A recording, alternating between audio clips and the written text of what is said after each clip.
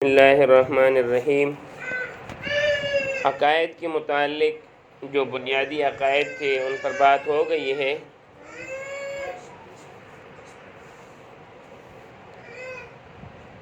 اب ہم آج سے انشاءاللہ رسموں اور بدعتوں کے متعلق پڑھیں گے، اور اس میں ہم اکابر اور معاصر مفتیان کرام کے اردو فتاوی بھی لیں گے۔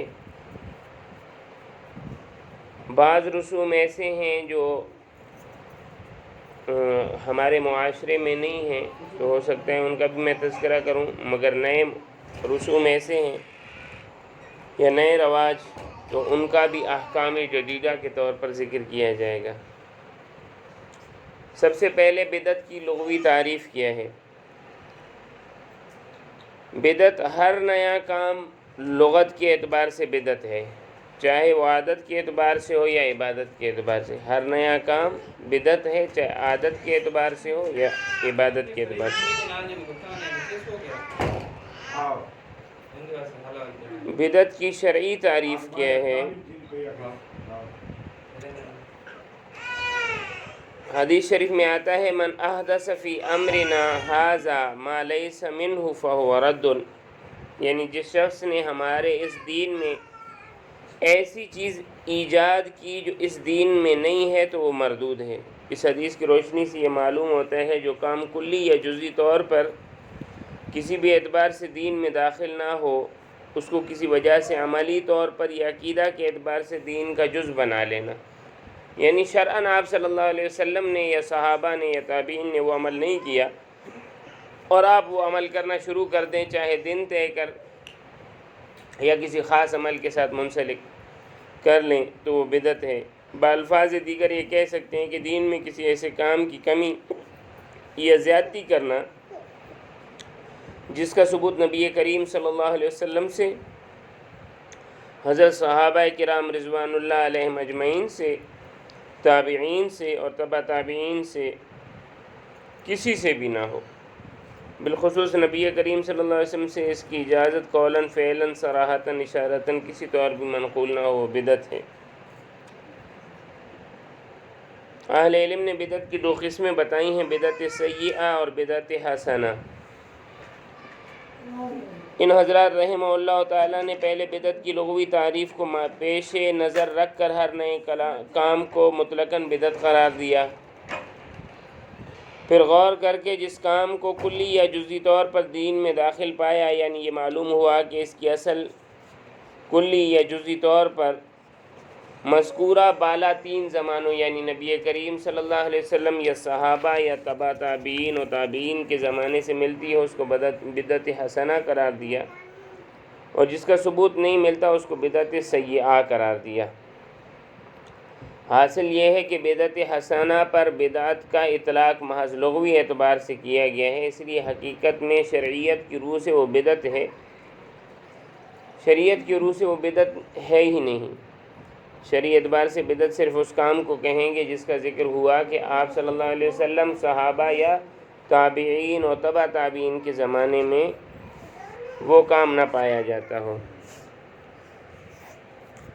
اب ہم بدعت کی ایسی قسمیں بتائیں گے، ایسے معاملات جو ہیں بدعی معاملات، بدعتی معاملات ہیں، مگر وہ بدعتی معاملات آدمی جب اس کو کرتا ہے تو آدمی کیا بن جاتا ہے؟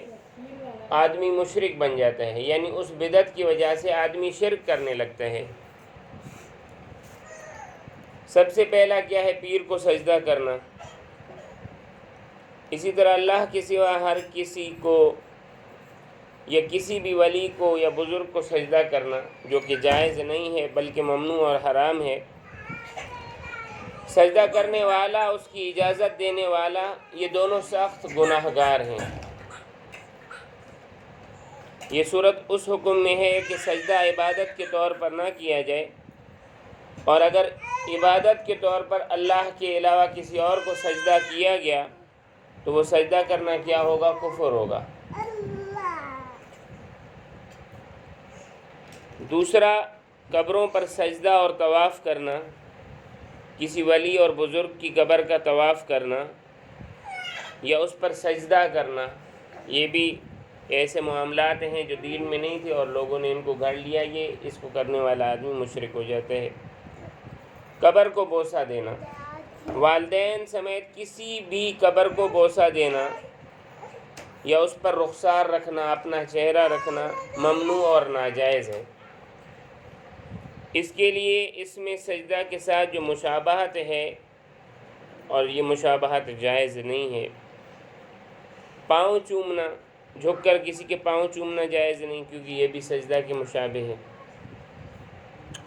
جھک کر ملنا، حدیث میں ملتے وقت کسی کے سامنے جھکنے سے صریح ممانعت ہے، واضح طور پر آپ صلی اللہ علیہ وسلم نے فرمایا کہ نہیں ملا کریں اس طرح۔ صحابہ نے عرض کیا، اے اللہ کے رسول، جب ہم آپس میں ملتے ہیں تو کیا ایک دوسرے کو جھک کر ملیں؟ فرمایا نہیں۔ بعض لوگ کیا کرتے ہیں، جانور ذبح کرتے ہیں، اس کا خون گاڑی کے ٹائروں پر لگا دیتے ہیں یا نئے کام میں کرتے ہیں۔ آفات اور بلیات، بیماریوں سے حفاظت کے لیے مساکین پر صدقہ کرنا اچھی بات ہے۔